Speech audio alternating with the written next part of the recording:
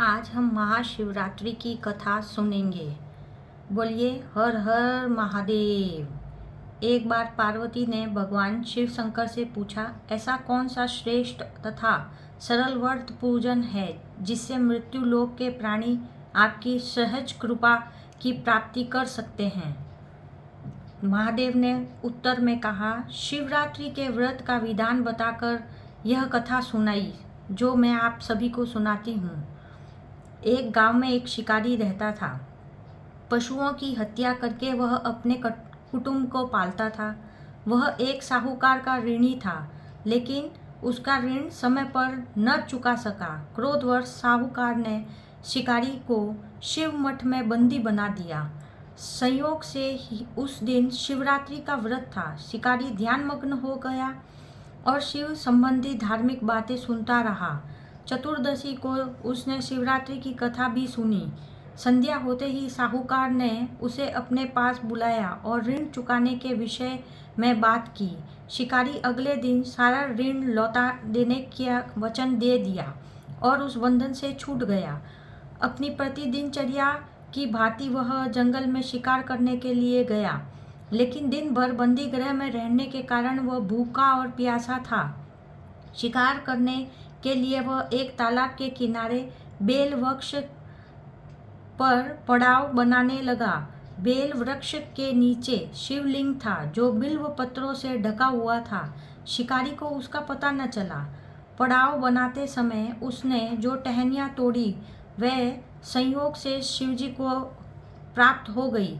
इस प्रकार दिन भर भूखे प्यासे शिकारी का व्रत भी हो गया। शिवलिंग पर बेलपत्र भी चढ़ गए। पर एक पहर रात्र बीती और जाने पर वह गर्भिणी मृगी तालाब पर पानी पीने पहुंची। शिकारी ने धनुष पर तीर चढ़ाकर ज्यों ही प्रत्यंचा चढ़ाई, मृगी बोली, हे गर्भिणी हूँ और शीघ्र ही प्रसव करूंगी। तुम एक साथ दो जीवों की हत्या करोगे जो ठीक नहीं है। मैं अपने बच्चे को जन्म देकर शीघ्र ही तुम्हारे सामने प्रस्तुत हो जाऊंगी, तब मुझे मार लेना।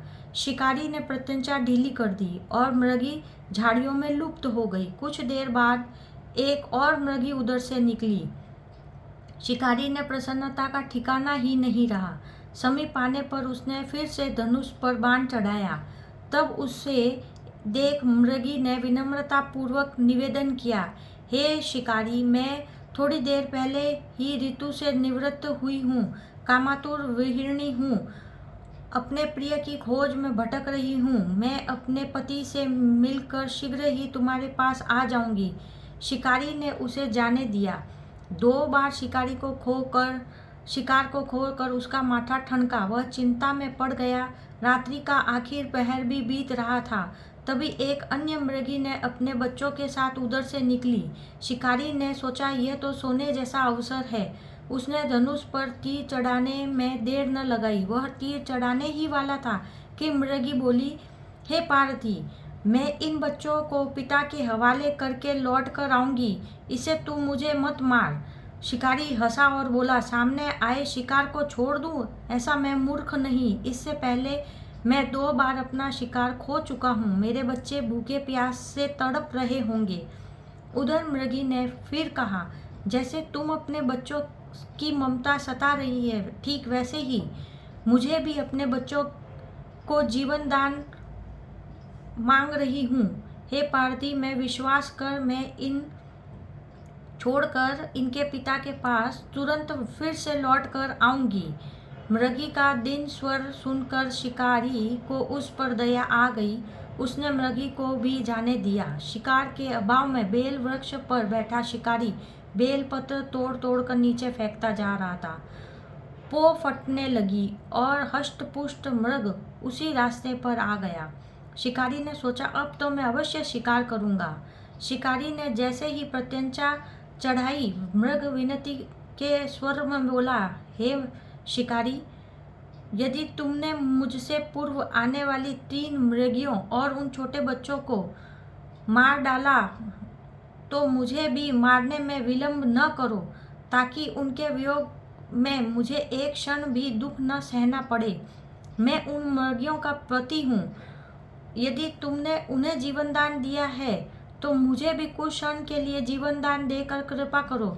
मैं उनसे मिलकर तुम्हारे सामने उपस्थित हो जाऊंगा। मृग की बात सुनकर शिकारी के सामने पूरी रात घटना चक्र घूमता रहा। मेरे साथ कथा मृग को सुना दी। तब मृग ने कहा, मेरी तीनों पत्नियां जिस प्रकार प्रतिज्ञाबद्ध होकर गई है, मेरी मृत्यु से अपने धर्म का पालन नहीं कर पाएंगी।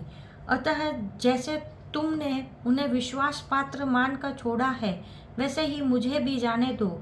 मैं उन सब के साथ तुम्हारे सामने शीघ्र ही उपस्थित होऊंगा। उपवास, रात्रि जागरण तथा शिवलिंग पर बेलपत्र चढ़ाने से शिकारी का हिंसक हृदय निर्मल हो गया। उसने भगवत शक्ति का वास हो गया। धनुष तथा बाण उसके हाथ से सहज ही छूट गए। भगवान शिव की अनुकंपा से उसका हिंसक हृदय करुणिक भावों से भर गया। वह अपने अतीत के कर्मों को याद करके पश्चाताप की ज्वाला में जलने लगा। थोड़ी ही देर बाद मृग सपरिवार शिकारी के समस्त उपस्थित हो गया ताकि वह उनका शिकार कर सके, किंतु जंगली पशुओं की ऐसी सत्यता, सात्विकता और सामूहिक प्रेम देखकर शिकारी को बड़ी ग्लानि प्राप्त हुई। उसके नेत्रों से आंसू आने लगे और आंसुओं की छड़ी लग गई। उस मृग परिवार को न मारकर शिकारी ने अपने कठोर हृदय को जीव हिंसा से हटा दिया सदा के लिए और कोमल और दयालु बन गया। देवलोक से समस्त देव समाज भी इस घटना को देखते रह गए। घटना की परिणति होते ही देवी देवताओं ने पुष्प वर्षा की। तभी शिकारी और मृग परिवार मोक्ष को प्राप्त हुए। सभी मेरे साथ बोलिए, हर हर महादेव, शंभु शंभु।